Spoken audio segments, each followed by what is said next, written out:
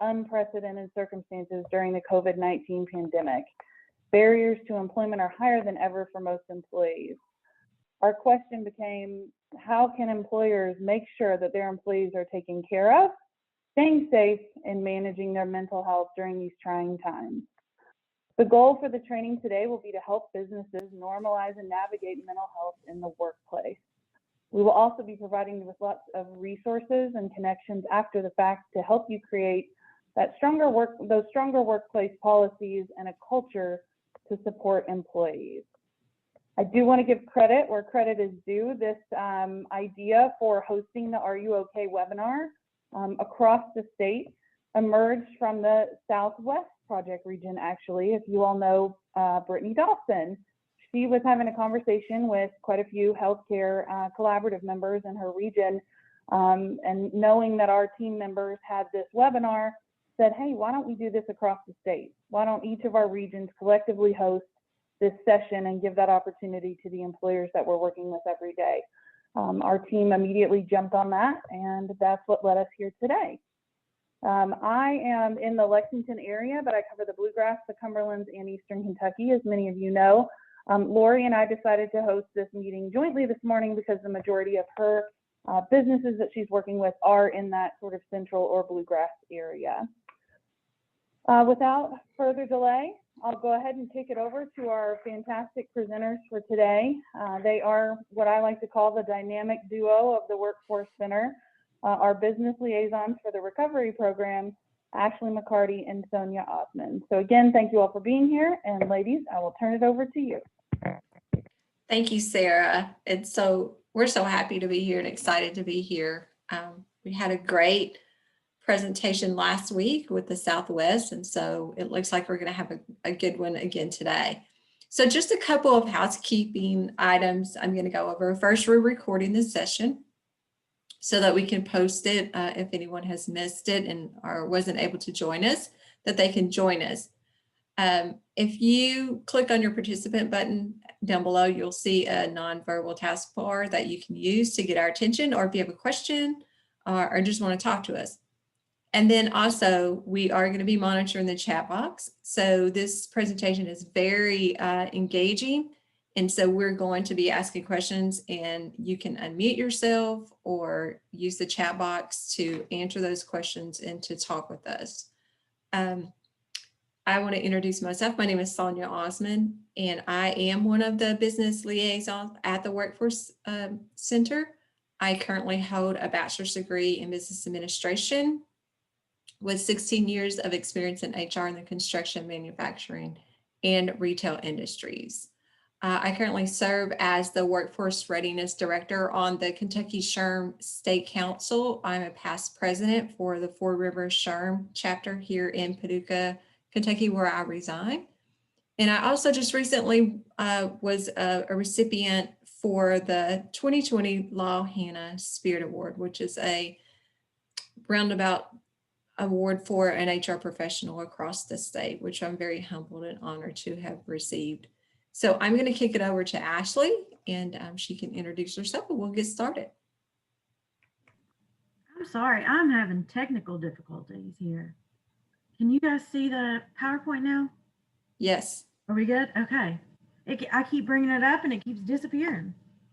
Okay, I am Ashley McCarty, the other business liaison at the Kentucky Chamber of Commerce. I'm excited to be here. I'm glad you guys are here. You will learn more about me throughout the presentation. So without further ado, let's get started.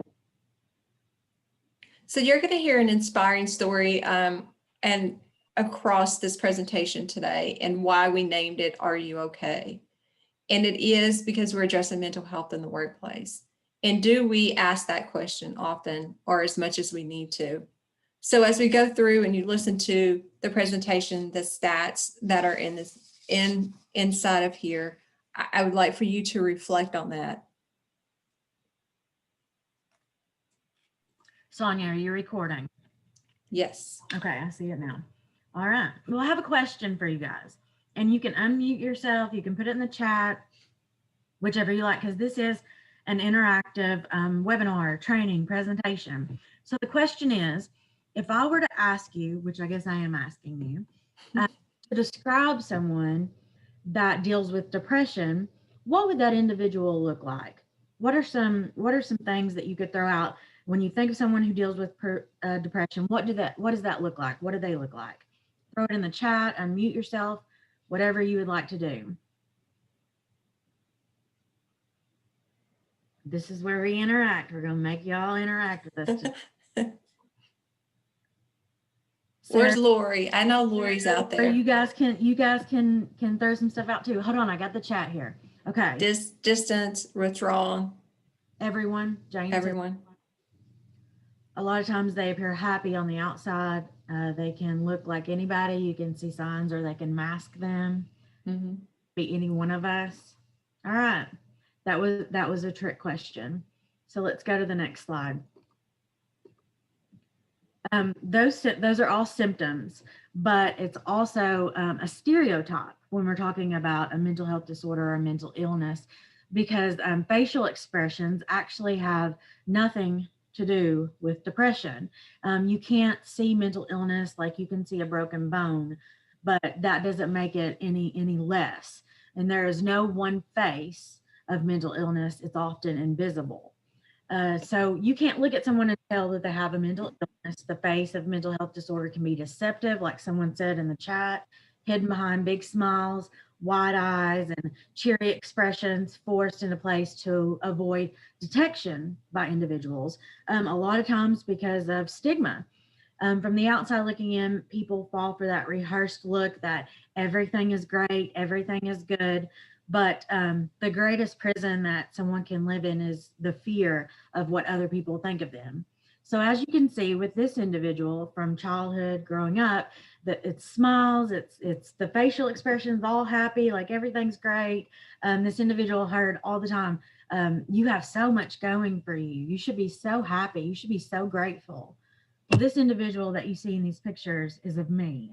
I struggle with a mental illness, with a mental health disorder. I struggle with bipolar and a few others, actually. But so as you can see, I hid this most of my life from childhood up. So actually, I like to point out this last picture that's in black and white of me was actually about a week and a half before my first suicide attempt. So no one knew that I was struggling, but I was. And so I look at that picture, I don't know, it gives me chills still because it looks like I'm so happy, but I'm grateful to say that I'm a suicide survivor. So 40% of people actually receive treatment for a mental illness. The sad part of that is 60% of individuals do not receive treatment for a mental health disorder. So let's look at the next slide. So this again is mental illness untreated. Like you guys said in the chat, it can be anybody. This individual has co-occurring disorders. As you can tell, this is a mugshot. The individual is in jail. They suffer from substance use disorder and mental health disorder.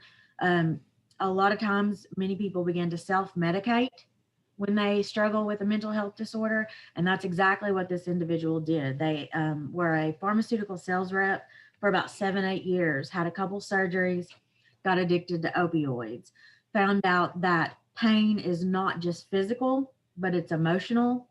And the abusing those substances actually helped alleviate that emotional pain for a while. The pain was actually suppressed. So as you guys know, if pain is not alleviated but suppressed, it comes back tenfold when you stop using those substances. This individual could only wear a mask for so long. Eventually, they lost their career. They went on a business trip to Las Vegas and actually tried to commit suicide. They were wheeled out through the Bellagio, through the casino, charcoal being poured down their throat, trying to help this individual bring them back. They went to the hospital and they were brought back.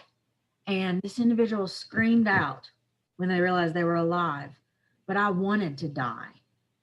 I wanted to die. I didn't want to live. I did this intentionally to die. So this individual struggled with substance use disorder, mental health, went to the psych ward. We talked about the name of this presentation. It's called Are You Okay? The point is, this individual, no one ever asked her if she was okay within her place of work. She went to the, she tried to commit suicide, went to the hospital, went to the psych ward. No one asked the simple legal question, are you okay? She was simply let go from the psych ward, flew back home, went back to work that Monday. Nothing was said. It was swept under the rug. We have to start talking about this. We can't sweep it under the rug any longer. So this individual actually, they lost their job about a month later after that suicide attempt. Then they continued to use methamphetamines, started living in their car, using the bathroom in a bucket, obviously got arrested. But I'm grateful to say this individual got treatment. They were court ordered to treatment when they were in jail. And I'm very grateful and very proud to say that individual is me also.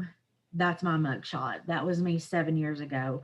I'm an individual in long-term recovery, and I have over 7 years clean in long-term recovery. So I have to pinch myself to think of where I am today, because 7 years ago I was in my car, I was a mess, and now I work for the Kentucky Chamber of Commerce, and I get to talk to individuals like you and spread awareness and reduce stigma in regards to mental health and substance use disorder. So thank you so much for letting me share my story, and we'll move on now. Every time I hear that story, I get the same effect. It just runs all over me. And it really brings me back to that question of, was I one of those leaders? Did I check in? Did I say, are you okay? Or did I just turn a blind eye to it? Or just say, it's too personal, I'm not going to get involved. And we find that through research that that's where some of the leaders are. They don't want to get involved. But as you can see on this slide, nearly 1 in 5. So we have about 30 people on this call. So that's like 6 people on this call struggle with some type of mental illness.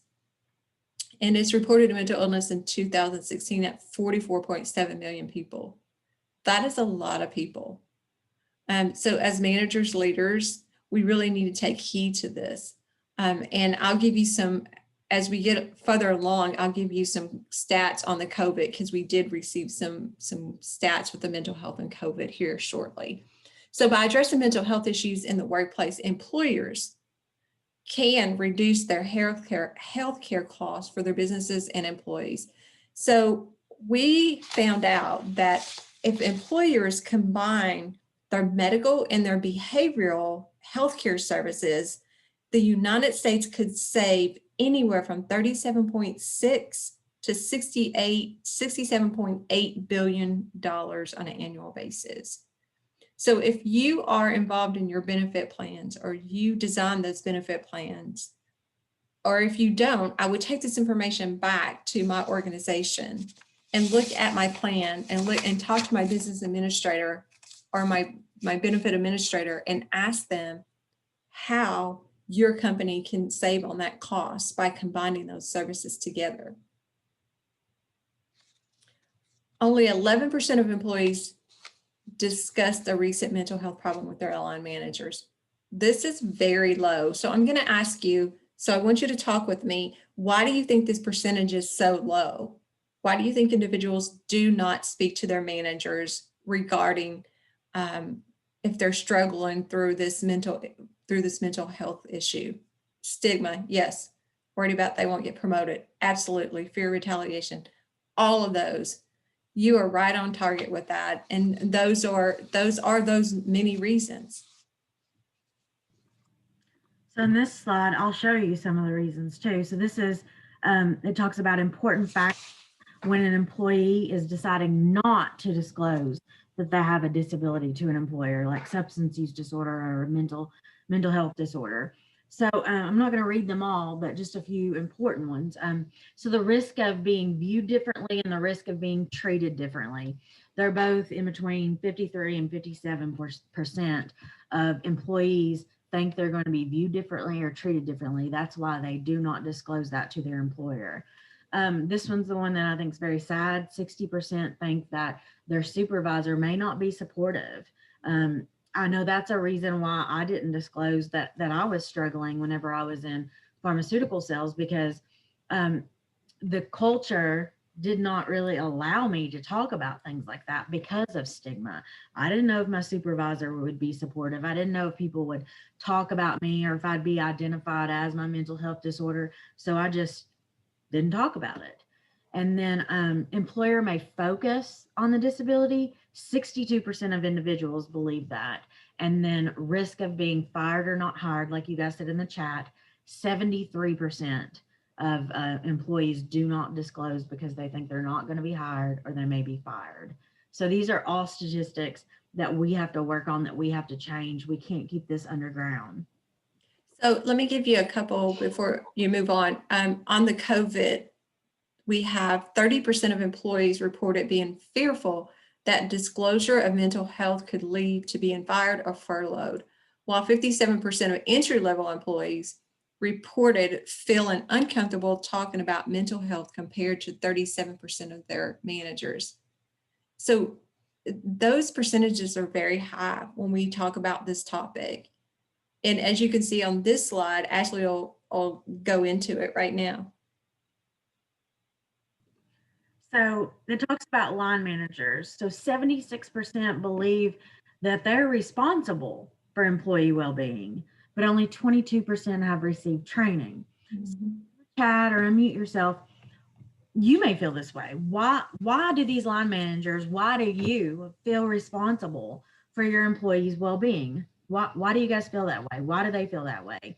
Throw out some reasons why you think they do. Why feel responsible for your employees? Does nobody on here feel responsible for their employees? Okay, because it's your team. Sarah says, because it's your team. Your team at work is your family. Yes, I agree with that, Minus, because you care about them. Exactly. You're responsible for everything work related. It morphs into personal, emotional. Exactly. Those are all correct. So we feel, or supervisors feel, or managers feel responsible for employee well-being. But here's the part that gets it, is that only 22% have received training. So you may feel responsible, they may feel responsible, but we don't know what to say. We don't know how to handle the situation. We don't know where to direct them to. We don't know who to send them to. So that's the struggle here without receiving training. As you heard in that slide, 76% feel responsible, and 49% of line managers would appreciate just basic training in common mental health conditions, which means, what are those indicators? What are those signs? What are those symptoms? What are they looking for? And immediately I go to Ashley's situation. Ashley was number 5 ranking in over 10,000 sales reps. Okay, so you have a superstar here and they are on their game, and all of a sudden they just start sliding through those ranks. Immediately, as a manager or supervisor, that should throw up a red flag and say, okay, if I'm not comfortable talking about this, who should I get involved? But clearly that wasn't the case here. So as we go into and look at these signs and symptoms, I want you to think about that. What would you do? How would you handle those types of situations? Like Sonia said, I mean, I was the number 5 sales rep out of 10,000 sales reps in the company. I mean, I was always exceeding my goals. I was going places like Paris, France, Venice, Italy, Hawaii. I was traveling the world because I was earning all these trips because I was such a good salesperson. But then I started missing work. I started calling in. I started not showing up. I wasn't meeting, let alone exceeding goals. I just fell off the ranking. And that's something we have to look for. It's not always someone's appearance or their behavior on how they're acting at work, but maybe some actions as in calling in, missing, making up excuses. So we need to look at things like that. So what are the signs that a team member may be experiencing a mental health issue? So continuous changes to physical functioning and or appearance. You'll see later on in this webinar that when it comes to depression, It affects physical functioning. I can't even remember the percentage. You guys will see it, but it affects physical and cognitive functioning. And then appearance. I always share this, that as someone who struggles with a mental health disorder, when I am unwell with my mental health, it's a struggle to even get out of bed. It's a struggle to even take a shower. Some people may not understand that, and that's okay. But I know that I have to fight every day for my mental health in ways that some people cannot imagine. So sometimes it is a struggle to even take a shower. Do you think these individuals are going to get up and go to work when that's such a struggle in itself? And then sustain changes to cognitive processes. So your thinking is off. You can't think as well. You can't solve problems as well. You can't make decisions as well. Constant changes to social interaction. So maybe you have an individual who loves being around people. They're a people person, and then they start isolating. They don't answer their phone, or they don't talk to anybody at work. They stay to themselves. That's a change. That's a huge change that could be linked to a mental health disorder. Inappropriate behavior. This varies between mental health disorders, which one you're talking about, but it's just behavior that is not appropriate and is not like that individual. And frequent absences or reduced work engagement. Exactly what I told you guys I was doing. There was a sign, there was a factor. If someone had just realized that I was missing work, I wasn't engaged in my work, I wasn't working hard anymore, I didn't care about goals, I didn't care to meet my quota. So we've got to look at these things. So let's talk about the signs. And Lori, I see that you have a question in the chat. Do you feel that the other 51% may not want to be responsible? And if they got the training, it would require them to be on the front lines? I agree.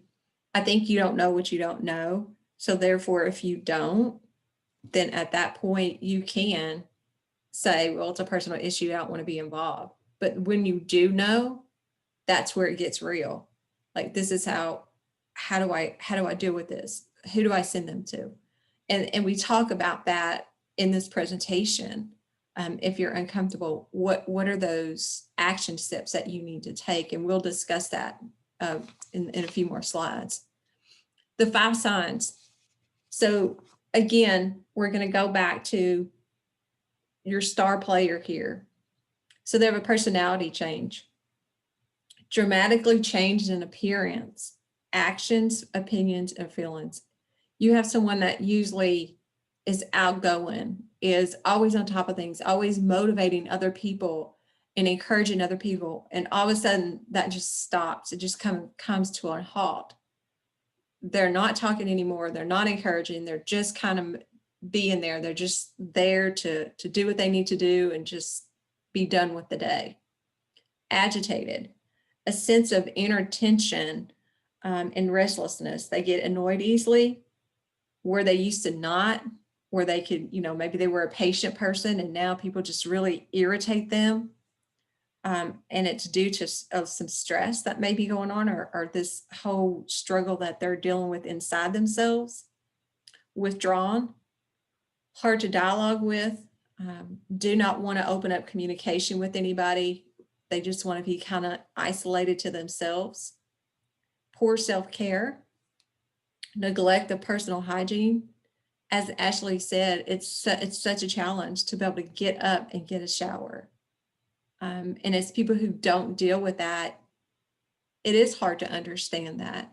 It's hard to imagine what is going on. Suffers socially, and then leads to an unhealthy lifestyle. And then last, hopeless, where they think nobody else is dealing with this type of struggle. They're doing it all alone. They're giving up. There's a lack of desire to do anything that they used to like to do, or to be around people that they like to be around. And last, and sadly, but suicidal thoughts. That often comes with that. And I'm going to give you a couple of stats here. So when someone wants to speak to or feel comfortable confiding in talking about their mental health, we have 21% of supervisors, and this is going to go with the next slide I'm going to talk about. 35% with coworkers, 6% with subordinates, and this is the one that really amazed me. 55% no one. They don't want to speak to no one about what is happening. And so on the next slide, it says, as a manager, if you suspect a team member is experiencing mental health, what do you do? First of all, you want to do some due diligence before approaching that team member. And what I mean by that in the HR world is investigate a little bit. Look at some past history that may be going on with this employee. Has there been some disciplinary actions? Has there been some performance issues going on? Have there been some discussions? Look at all of that before you open up that dialogue. When you do open up that dialogue, encourage that communication, that one-on-one.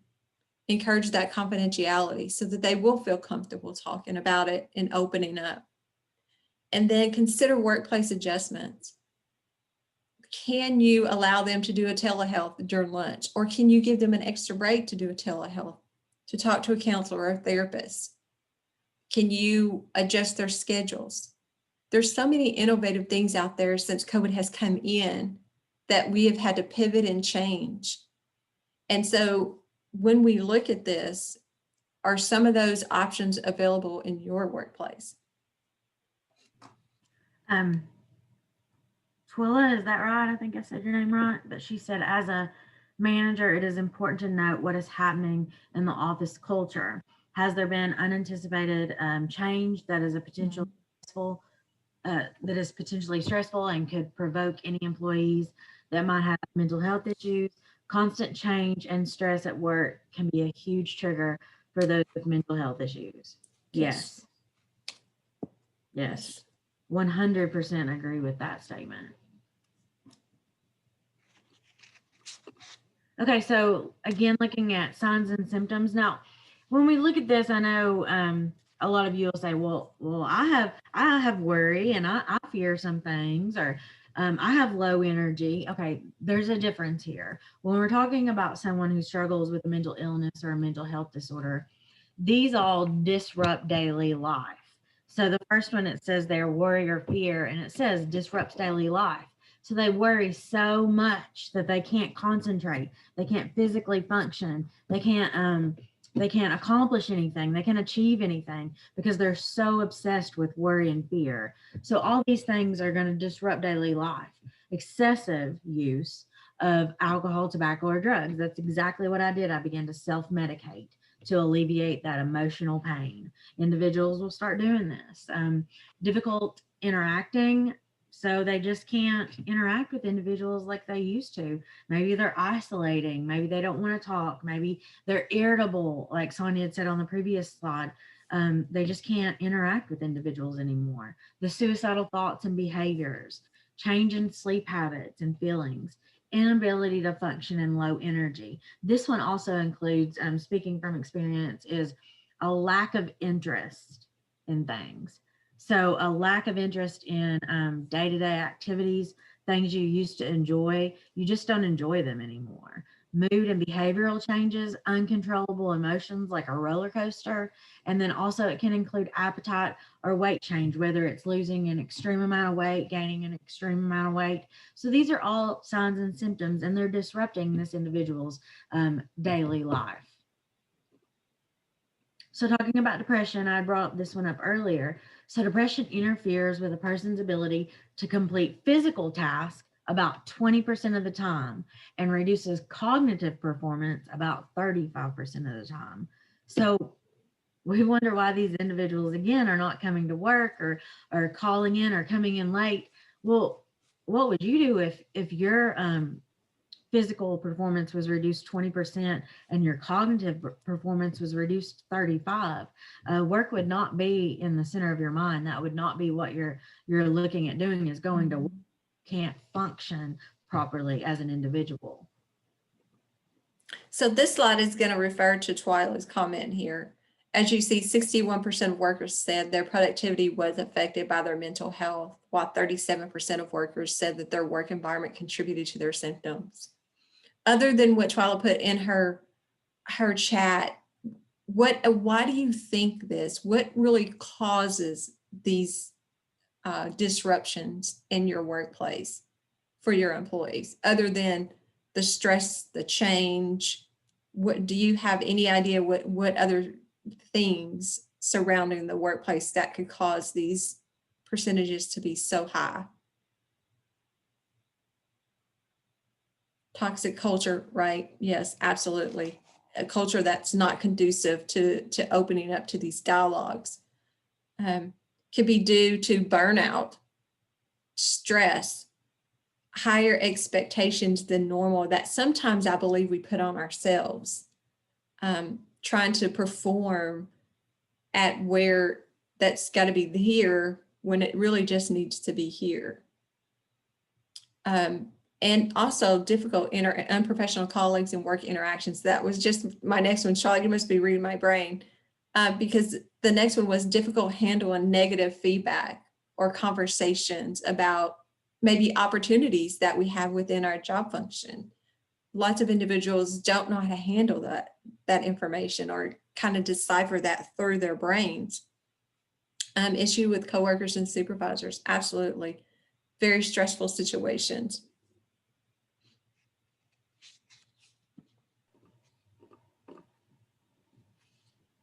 So, how do we support mental health at work? What do we need to do? How do we change this? How do we have a culture that embraces mental health? So Sonia's going to go through some of those pointers. Yeah, we have some action steps for you. So provide mental health self-assessment tools. And what that means is wellness assessments, stress assessments. There's so many cool things out there that you can use in your organization to kind of like get those metrics and kind of feel the temperature of your culture and where you are and how do you need to like readjust some of those things. Like if you have a wellness program, do you look at those metrics and see what's being used rather than what's not being used, and kind of, focus on that positive impact that your employees are having on what you have or those offerings? Offer health insurance with no or low out-of-pocket costs for mental health medications and counselings. Absolutely. And that's what I was talking about earlier, when you combine those medical and behavioral health together. And employers can use data to track progress and measure effects, just what I was talking about. You also, employers who have 100 or more employees in their organization can have access to utilization reports. And what those reports do is they give you a snapshot of the claims that are being used within your organization. There's no pinpoint or no allocation to who's using these services or whatever. It's just mainly how it's affecting your bottom line, who's using it, who's not. Your benefit administrators should know what those are. If you do not know what those are, I would kind of step up and ask them about that, because us as employers and organizations, we have the power to understand that information and to change those things within our organizations, within our benefit plans as we design and offer those during open enrollment. Oh, we got the chat here. Many times the EOP options fall short 6 visits of less or less. The EAP, is that what we're talking about? Yeah, usually they're about 3, aren't they? Yes, sometimes there's 5. It depends on what the company negotiates with the benefit administrator.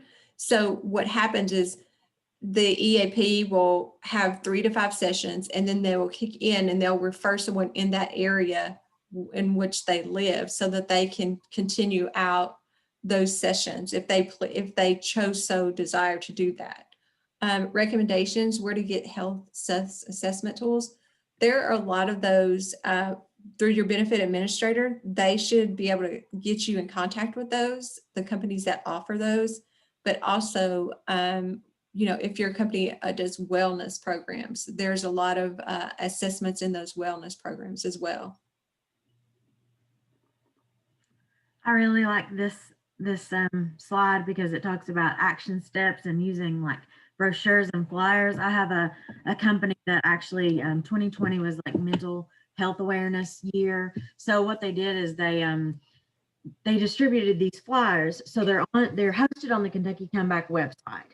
Sonia, myself, and our team created an employer resource guide. So you can go on the website, you can download these flyers, and you can either print them off and hang them up in a workspace, or you can insert them in an email and send them out in a monthly email. There's flyers on, well, this one's mental wellness, there's stigma, there is substance use disorder, there's employee engagement. We'll talk a little bit more about that employer resource guide later, but so that company distributed these flyers. They also had like a day where everyone wore red to honor individuals who struggle with substance use disorder. They had individuals come in and tell their stories regarding mental health disorders or substance use disorders. So we can distribute this throughout the companies, and it brings about talking points, and it lets employees know that, hey, maybe this culture is okay. Maybe I can go to my supervisor. Maybe I can talk about this mental health disorder or this depression I'm feeling. So it just brings about awareness. It's all about creating that culture of conduciveness to have those dialogue and open those conversations. The other action steps is host seminars and workshops, sort of like this, where we come in and we talk to your supervisors up to your C-suites about what those indicators are, what those signs and symptoms are, how to have those conversations, what to do if you're uncomfortable having those conversations. Dialogue, know who that pinpoint person is in your organization, instead of keeping that blind eye and saying, I don't want to get involved because it's a personal issue. You don't know what's going on with these individuals, and you don't know what that's going to lead up to. Quiet spaces and social support networks. Do you have a quiet space in your organization where somebody can just kind of just download, or just to get away for a minute? Those are very, very good areas for them to go in and to just settle down for a minute. Think about, how to deal with this, or do they need to have that conversation? And then training. I can't say that enough through this whole presentation. We say in HR, document. In this area, I say training. Because as I said earlier, you don't know what you don't know. And if you don't know, you can't do anything. But once you do know, there's a responsibility for you to lead that person or to direct that person where they need to go. And I believe Lori put the in the chat, she put a link to the Kentucky Comeback website, which again we'll talk about a little later on in the presentation.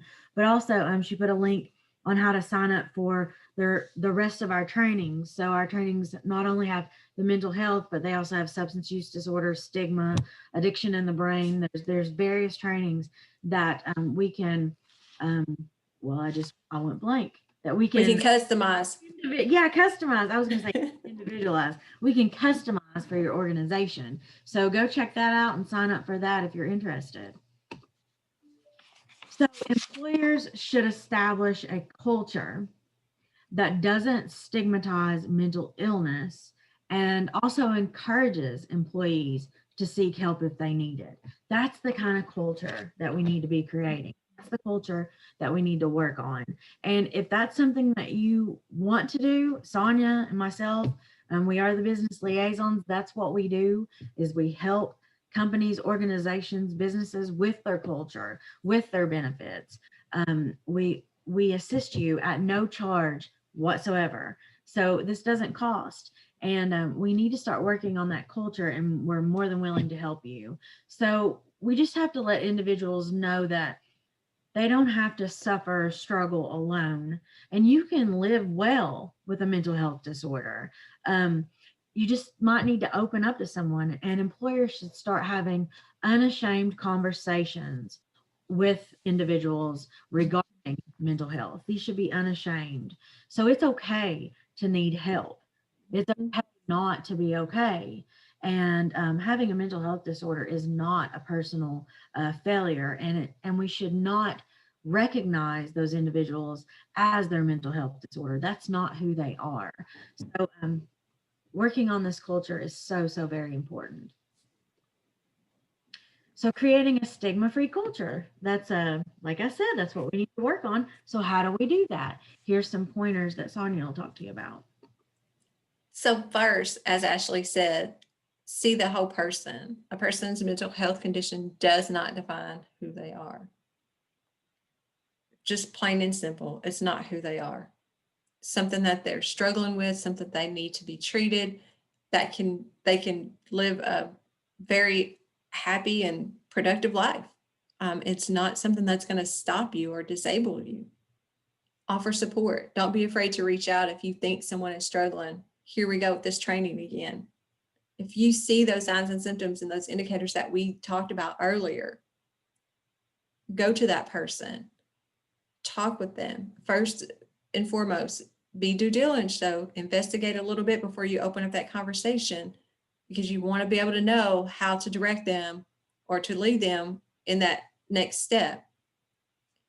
Challenge misconceptions. Speak up if you hear coworkers spread stereotypes and myths about mental health. This is so huge. We try so hard to reduce the stigma in all of the treatments, all of the trainings that we do to organizations. And we speak about that, reducing that stigma in the workplace. We're going to make our presence known in 2021 about this, because we want that stigma to go away. There's no need to have it there. And if you hear somebody talking in a derogatory way about mental health, I challenge you to lead by an example and step up and talk to that person and tell them that that's not the correct way. Mind your words, use respectful language, and avoid labels like crazy and unstable. This is huge. You never know who is around that corner, who's listening, who maybe just stop by, and you're talking in this language. Again, be an example. Lead the charge in your organization and be that person to reduce that stigma. It's got to start with one. And majority of the time, it needs to start at the top and trickle down. So step up, my friends. I challenge you. So while we need to end the stigma around mental illness, fear of rejection and discrimination can delay the journey to recovery. That's stigma. So stigma can actually prevent someone from seeking help, from getting into recovery. And most mental health conditions are treatable. That's what I was saying. They may not be preventable, but they're treatable. And like Sonia said, people can live well with a mental health disorder as long as they do find that journey to recovery. So less than a third of employees who need treatment get the help that they need, less than a third. And that has to do with stigma. And mental health problems are the leading cause of disability across the United States now, the leading cause of disability. So we have to help these individuals get into that journey of recovery, because they are treatable. And we need to increase that number. Less than a third who need treatment get it. That's a very sad statistic. Mm-hmm. Suicide, not fun to talk about, but it's something we do have to talk about, especially because looking at this next slide. So 4.19%, or this really puts it in perspective, over 10.3 million adults have serious thoughts of suicide in the United States. 10.3 million. So I know as a suicide survivor, as an individual who's, contemplated suicide, had thoughts of suicide, I always thought I was alone. Like I always thought I was the oddball. Like I was the only person who thought like this. Nobody else thought these thoughts that I was thinking, or nobody else felt like people would be better off if they weren't alive, or nobody cares about me. Obviously, other people are having these thoughts too. 10.3 million adults. So if an individual is having these thoughts, they're not alone. There are others that are thinking the same thing. So the age-adjusted suicide rate increases when the economy is in recession and more people are unemployed, and it falls when the economy is booming and more people have jobs. So basically what this is saying is Suicide increases when there's a lot of unemployment, when people do not have jobs. Mhm. Suicide increases. So when the economy is booming and people have jobs and there's jobs available, then suicide goes down. It's basically what this slide is saying. Yeah, like Lori said in the chat, jobs give purpose. Jobs give purpose. And then this next one, we find that as the country, that should say unemployment rate. I'm sorry. It should say, we find that as the country unemployment rate increases by 1%, the opioid death rate increases 3.6%. And then the visit rate for the emergency room of opioid overdoses increases 0.7. So basically what this is saying is overdoses are increasing. But what we have to keep in mind is a lot of these overdoses are self-inflicted. So they're actual suicide attempts because the majority, or not the majority, but the majority of substances that are used for an individual to commit suicide, I know I did, are opioids. So individuals are using opioids in extreme amount to try and commit suicide. So when the unemployment rate increases, individuals increase that opioid usage, and a lot of it is self-inflicted suicide. So tips to keep your mental health in check, because we all need to do that, especially during this time. So we're gonna keep physically fit, eat healthy, well-balanced meals, exercise daily, and maintain a regular sleep pattern, maintain routines and set goals. I have to be honest, and when this pandemic happened in March and we had to pivot all of our schedules, it would have been easy for me to like change my whole routine. And I think that at that point, things might have spiraled with me.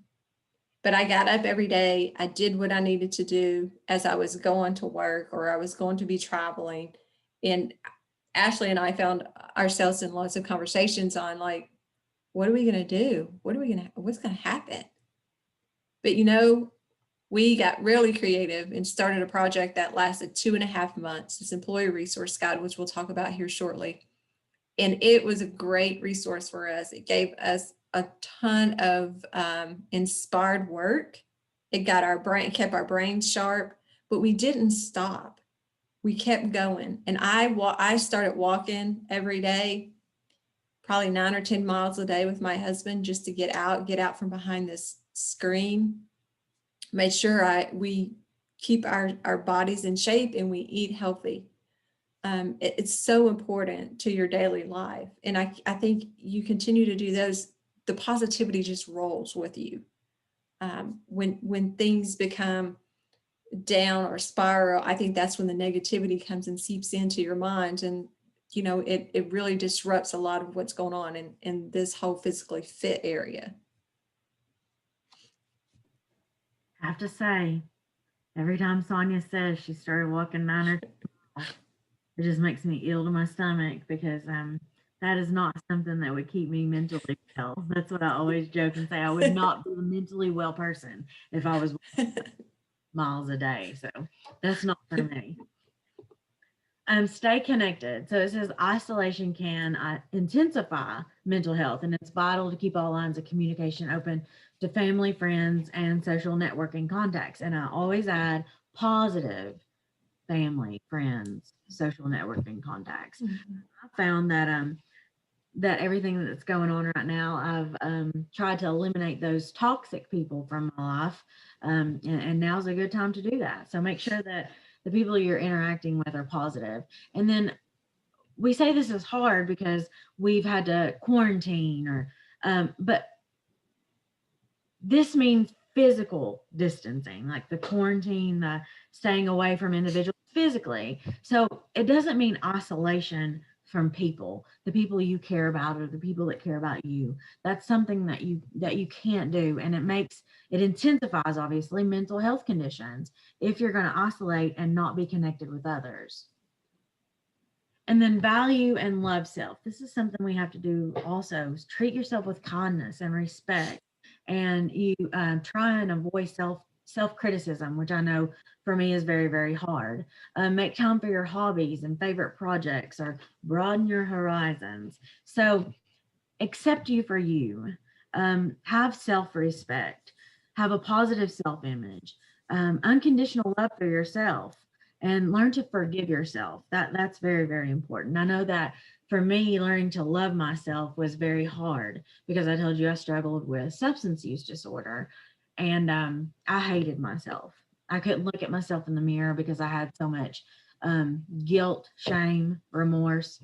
But whenever I went to treatment, one of the things they had me work on was trying to love myself again. So they made me stand in front of the mirror every single morning and give myself 10 positive self affirmations. So I love myself, or my past does not define me, or I'm a good person, or I forgive myself, or I'm worth it. And I thought it was, I just didn't like it at first. But I have to say, then after doing it for a little while, I started to believe those things. I started to believe that I was worth it, that I was a good person. I did start to forgive myself, and I did realize my past doesn't define who I am today. So that could be something that you try and do. It may sound silly, but just look at yourself in the mirror and tell yourself positive things. And I promise you, if you don't believe them at first, you will begin to believe those things. I put my affirmation, hello, beautiful, every morning in my office so I can see it as I come in. There you go. So keep positive. As we mentioned, Ashley mentioned it, I mentioned it earlier. Maintain a sense of humor, positive thinking, smile, and see the humor in life. Research shows that laughter can boost your immune system, ease pain, relax your body, and reduce stress. And I know Ashley and I do a lot of FaceTime because that's how we do our work. And I know through this whole session, we've laughed, we've cried, we've done it all, but we continue to stay positive and continue to push through all of this so that we can continue to impact and change lives through this process. And also you can journal. Journal is very positive. And then I also like cultivate an attitude for gratitude. Like every day I think about 3 to 4 things, 3 to 5 things that I'm grateful for that happened that day. And at the end of the day, that is such a positive reflection on what has gone on. I don't focus on maybe if I had a trial or something that I was dealing with. I just kind of put that aside and looked at what I was very grateful for that happened through that day. And last, ask for help. It is okay, like Ashley said, it is okay not to be okay, and it's okay to ask for help. We have to remember that, whether it be through your employer, whether your healthcare provider, your support, your resources. Do you have those resources? Do you have a list of resources that you can hand your employees that are for local community partnerships, like local therapists, local counselors that they may need? It's a very good tool to have to give someone if they want to do this like in a private manner. Sarah said someone gave her a gratitude book as a gift, and at the end of each day, you write what you're grateful for, and it's a positive way to end the day. And I'm going to add that, Sarah, I'm not for sure, but you may have 2 of those books now because it may be, you may got one in your Christmas gift from me. So you can be double grateful. I have one of those too, Sarah, and I love it. I love it. And I notice some people, some of these things like loving yourself or asking for help or stay connected, like it can seem silly, or being grateful, it can seem silly, but for someone who is struggling with a mental health disorder or a mental illness or even substance use disorder, these things are so important. And I have to say that from my experience of being around, I'm in recovery, but being around individuals in recovery, whether it's for substance use disorder or mental health, individuals who stay healthy and in recovery, those things are the most grateful people I've ever met. They express so much gratitude. And so I think these things are really important. And even though some people may think they're silly or they're really not. They're very important. And if our culture was more like this, then more people would be in recovery and more people would get the help that they need. Phyllis, is these small steps add up and help shift mindset. Yes, exactly. Exactly. So where can you find all these resources? Kentucky Comeback is the website. Lori will put it in the chat. And hosted on the Kentucky Comeback website is the Employer Resource Guide. This is what Sonia was talking about that we worked on for about 2.5, 3 months when this all first happened with the COVID. So how I see this is if you want to change your culture, if you want to change your benefits or policies, procedures, you want to have training, you as an employer, as an HR leader, can get on the internet and Google for about 3 months and look up all this information. Do you have time for that? No. That's why we did it for you and created this employer resource guide. So it's all hosted on here. Sonia will tell you everything that's included. I urge you to go on the Kentucky Comeback the website and join the network, and also look at the employer resource guide, but don't just look at it, utilize it. Find an area in which you can change your culture within your organization. I always say you don't have to eat the elephant in one bite. It's small steps. You can do small things, little things, one at a time, but just go on there and check this out, and Sonia will tell you what's included. So when we created this, we wanted to create a gamut of tools and resources for you to use. So we talk about the culture and how to change that culture. But first of all, you have to understand what's going on in your culture. So we created an assessment inventory audit. So you take this assessment audit and it's on the employee resource guide and you can submit it. And once you submit it, it comes to Ashley and myself. When we look at it, we call you, we talk about it. And it's questions on there and it gives you a full view of like what's happening in your area, in your organization surrounding culture. What does it look like with your background in drug screens? How are you retaining employees? How are you recruiting employees? Are you tapping into those pipelines that you normally don't tap into, like recovery centers or newly released justice involved individuals? Have you entertained those recruiting efforts? Policies and procedures. What are your policies and procedures? How long has it been since you updated them? Education. We have a ton of education on that website for you to look at. Training. There's one specific area for training. It has our 4-part series on there. It talks about, it gives you a brief description of all the trainings and what they entail. It also has a form at the bottom of the page that you can complete and fill out and submit to us, and we can customize those trainings with you. So we'll set up a meeting, we'll talk about what your needs are and what your goals are. Benefits, we go inside and out of that benefit plan. We talk about utilization reports, we talk about EAP, all of that that's surrounding that, and additional resources. And under additional resources are our partners, EKSEP, Department of Correction, FAHI, NAMI, SAMHSA. There are links throughout this whole resource guide that will take you to various resources that will help you change that culture within your organization. Talked about it earlier, the educational flyers. These are the flyers we have so far. We'll continue to create more, but again, you can go on there, you can download them, they're PDF files. I encourage you to hang them up within the workplace, the break room, the water fountain, wherever, or send one out in a monthly email to your employees or your C-suite, your management, whoever. Send these out and let's get conversation started surrounding these topics. So policies and procedures, we created these policies and procedures. We researched 3 or 4 different types of policies and procedures and kind of just created all of these ones. So these you can use to personalize. You can put your logo, and then there's a blue area box where you can type in your organization's name. So it can be customized to what you need it to be. If you are doing a handbook or if you need an update policies and procedures, these have been approved by our legal team, but we encourage you to have your legal team look at them as well if you change anything in them. Let's talk about who's hiring. This was an initiative we started the beginning of COVID. And what this does for you is it allows you to post any open opportunities that you have in your organization, and it goes across the state, all the regions.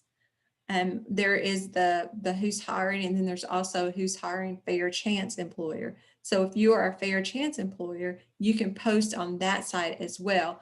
These reports are updated every Tuesday and Thursdays, and reports go down and you can download them. And they just put the link in the chat box, so you can click in there to look at that.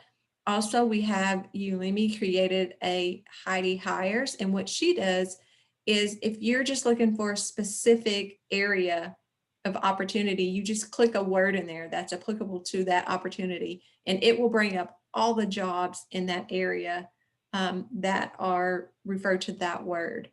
It's a really cool site.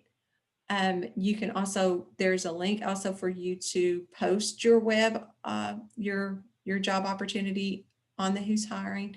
So there's various tabs there. You can download, you can post, and then you can post a fair chance. And you can also download fair chance.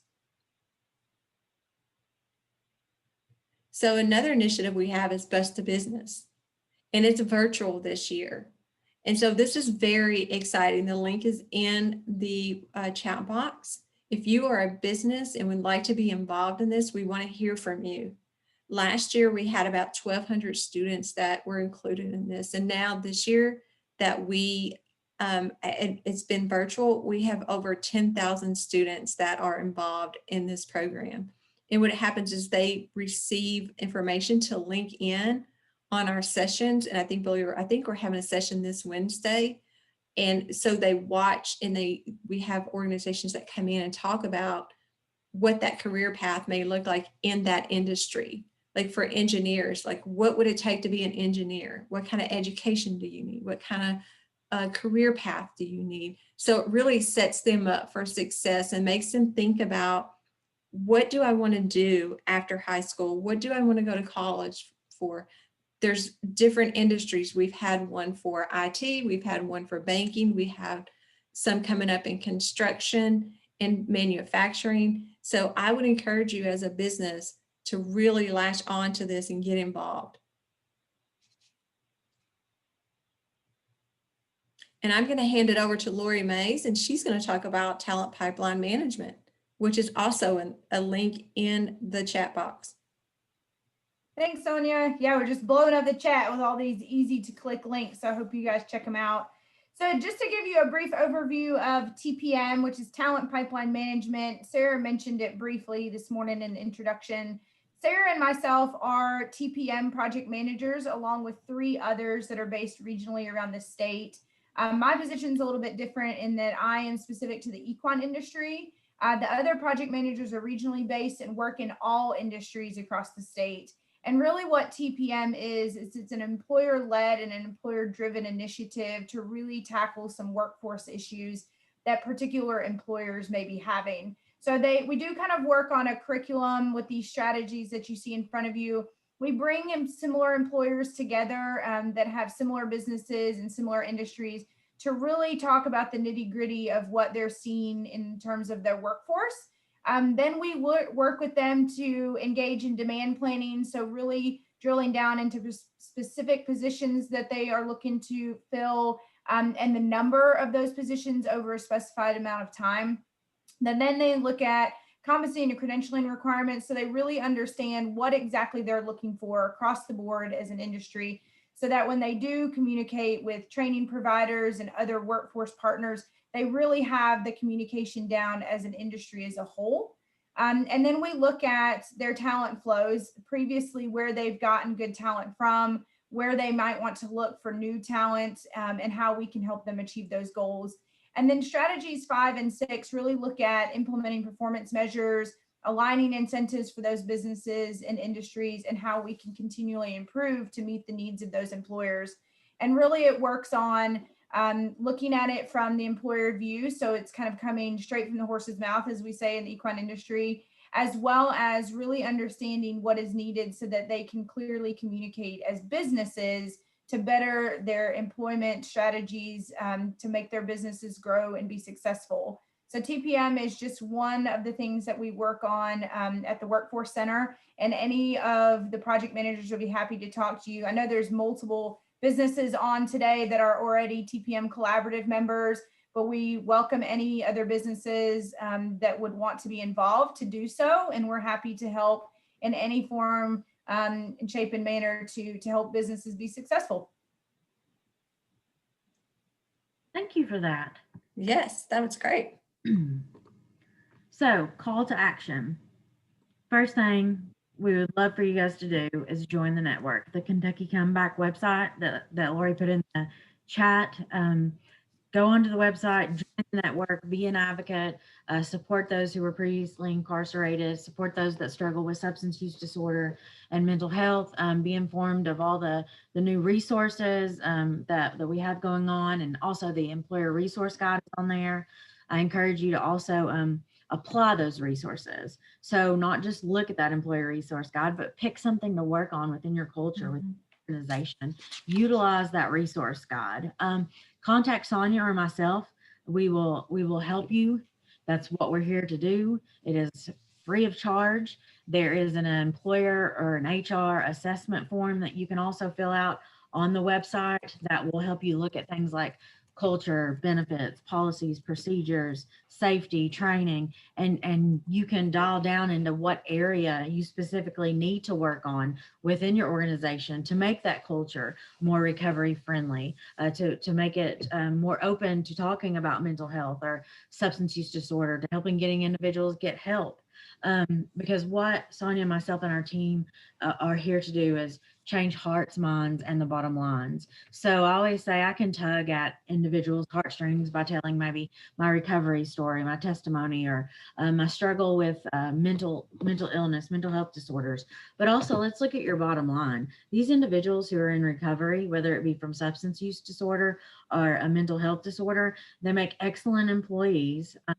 Actually, those that struggle with substance use disorder that are in recovery, they miss less work than the general population. They have less turnover than the general workforce. And then those individuals that are in recovery from a mental illness, I mean, they have a purpose now. They just make excellent employees.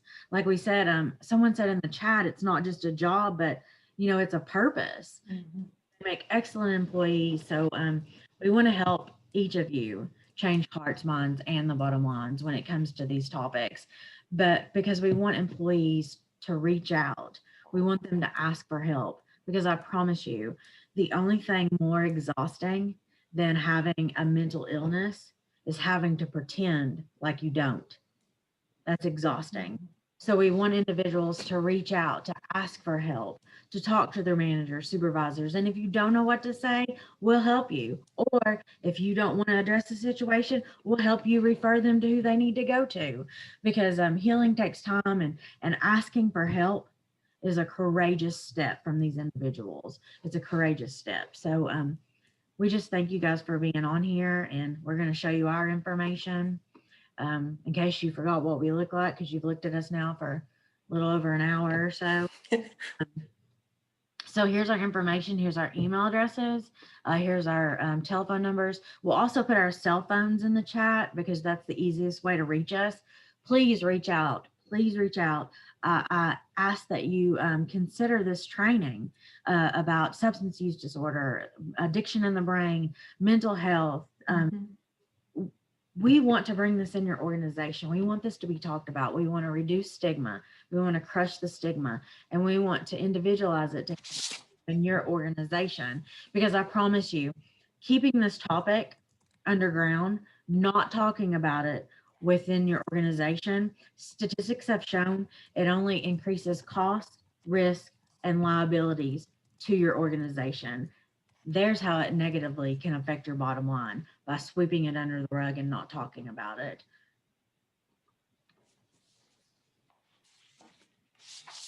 All right. Before we do a Q&A, we're going to put a link in the chat box for a short survey. If you could complete that for us, that would be amazing. so that we can learn about how we can improve our sessions, or if you enjoyed the session today, tell us about what you enjoyed and how we can add to that. Yeah, please click on that link in the chat. Tell us what you think. Tell us if you're interested in training or posting a job, a fair chance job. Just please fill out the survey because it really helps us. And then in return, it really helps you guys. And if you're an HR professional, we do have CEUs. So if you want to stay on, we'll get those out here in just a second. Yeah, because that's not on here, is it, Sonia? Yeah, it's the next slide. Oh, it is? Okay. Mhm.